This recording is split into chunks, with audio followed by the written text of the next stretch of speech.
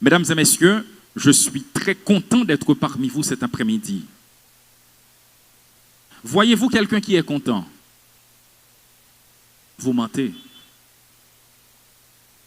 Quand on est en public, votre visage, tout votre corps communique.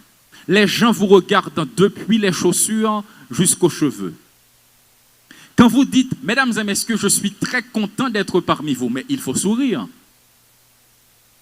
Mesdames et messieurs, je suis très content d'être parmi vous cet après-midi. Non, qui sont contents là? Et voyez-vous, si vous ne voulez pas sourire, ne dites pas bonjour, ne dites pas bonsoir non plus. Parce que quand on dit bonjour, c'est une salutation, c'est un souhait. Quand on dit bonsoir, une salutation, un souhait. Alors souriez. Si vous ne voulez pas sourire, commencez tout bonnement par dire, mesdames et messieurs, nous sommes réunis cet après-midi, pas de salutation, pas de sourire. Mais attention, toute prise de parole en public nécessite le sourire, sauf les funérailles. Si vous souriez, mais pas de sourire dans les funérailles. Vous vous imaginez, vous êtes présentateur des funérailles de quelqu'un, en commençant vous dites, l'Éternel a donné, l'Éternel a ôté.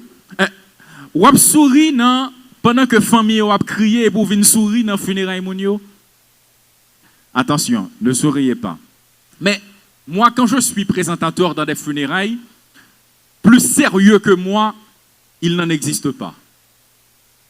Et s'il le faut, je peux pleurer. Même s'il n'y a aucun rapport avec les gens qui mourent. Parce qu'un animateur, c'est un acteur. Il prend la forme du vase. Il joue le théâtre. Il interprète la scène du film. C'est ce qu'on appelle un animateur. Mais au moment des funérailles, je suis triste. Mais au-dedans de moi, je suis content. S'il n'est pas de mourir, je ne vais pas faire un petit cob.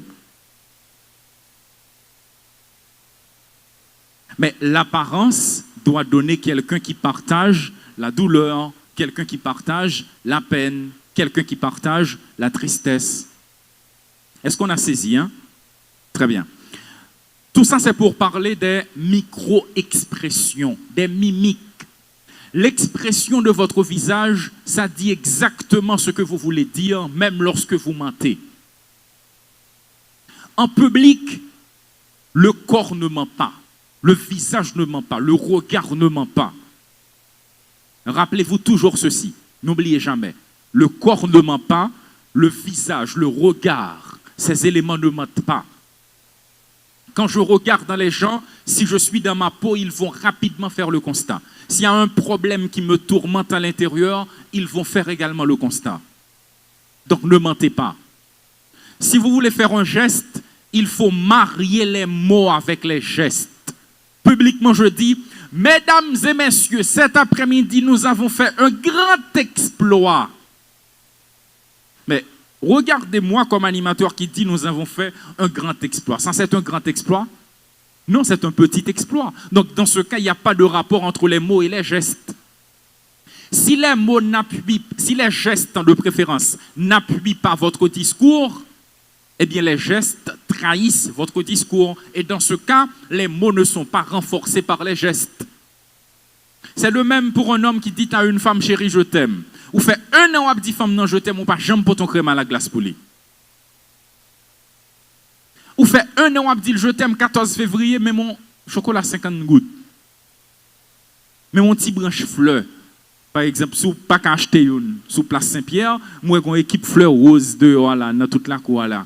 Racher une, pour lui. Au moins là, au fond, il est fort. Il faut les gestes. En communication, les mots comptent pour 7%. Les gestes, ça compte pour 55%. L'intonation de votre voix, ça compte pour 38%. Ce qui donne les 100% de la communication. N'oubliez jamais, les mots comptent pour 7%, l'intonation pour 38%, les gestes pour 55%. Donc le pourcentage des gestes est supérieur par rapport aux autres. Donc les gestes en sont plus convaincants que les mots. Nous sommes arrivés au troisième point, mesdames et messieurs. Et vous faites comme ça. En public, vous dites nous sommes au troisième point et vous faites comme ça.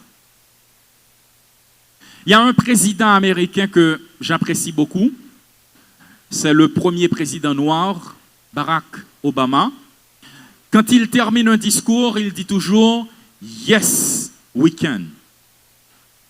Il ne se tient pas comme ça pour dire « Yes, we can ». Non, il fait comme ça « Yes, we can ». Ce geste en fait quoi? Il renforce le discours.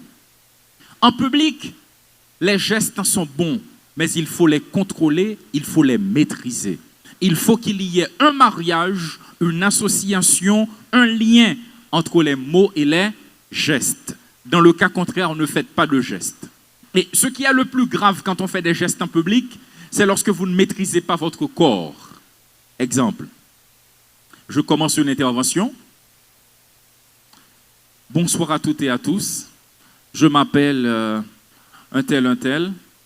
Je suis là pour vous parler de la communication. Et comme vous le savez, la communication, mes très chers amis, non. Vous n'êtes pas l'homme ou la femme de la situation, restez chez vous. Je reprends une phrase que j'ai prononcée tout à l'heure. La présentation, l'animation en public, même quand on est là pour chanter, pour déclamer, dire un texte, que ce soit un texte engagé ou pas, dès que vous êtes en public, vous faites un acte de séduction. Il faut séduire les gens. Si gon façon qu'on a sorti chemise ou n'importe qui gens ou bien tête ou n'importe qui gens, immédiatement que vous prenez la parole en public, gon l'autre gens pour venir. Parce que vous ne savez pas qui est devant vous. Vous ne savez pas qui sont les gens, qui sont les invités. Vous ne le savez pas. Moi, j'ai commencé ma carrière dans une église. Après une présentation, il y a quelqu'un qui m'a approché pour me dire « Mon cher, la présentation était bonne, je vous veux comme animateur dans une autre activité. » J'ai échangé les coordonnées avec cette personne. D'échange en échange, finalement, j'ai trouvé un contrat dans une station de radio. D'une station de radio, je suis passé maintenant présentateur de concours, de mariages, de concerts, de galas, de toutes sortes d'activités. Et finalement, je suis devenu présentateur de télévision. Dès que vous avez une capacité, prenez-la au sérieux. Pas seulement le micro, peu importe la capacité. Il faut la vendre avec efficacité parce que c'est vous, c'est votre image, c'est votre identité. La prise de parole en public, ne vous dites pas que cela ne vous concerne pas.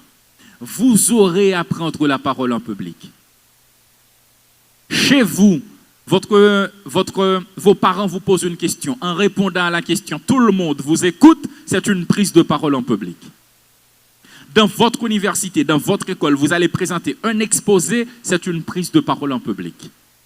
Vous êtes là en tant que président de la classe, prise de parole en public. Dans votre boulot, vous êtes médecin, vous êtes avocat, quelle que soit la branche que vous étudiez, dès qu'on vous dit, vous êtes là, vous allez présenter, c'est une prise de parole en public. Donc il faut maîtriser les notions. Vous y êtes?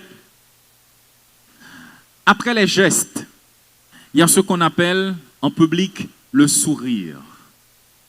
Le sourire doit être au rendez-vous. En général, un homme a 6 ou 7 sourires. Une femme a 7 ou 8 sourires. Et ne me posez pas de questions, s'il vous plaît, quelle est la définition de ces sourires.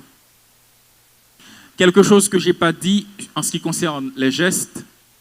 Quand une femme s'assoit, elle dépose la jambe droite sur la jambe gauche, elle envoie un message. Et quand elle dépose la gauche sur la droite, elle envoie un autre message. Vous allez me demander, mesdames, quels sont ces messages? Très bien, restez branchés. Parlons des sourires maintenant.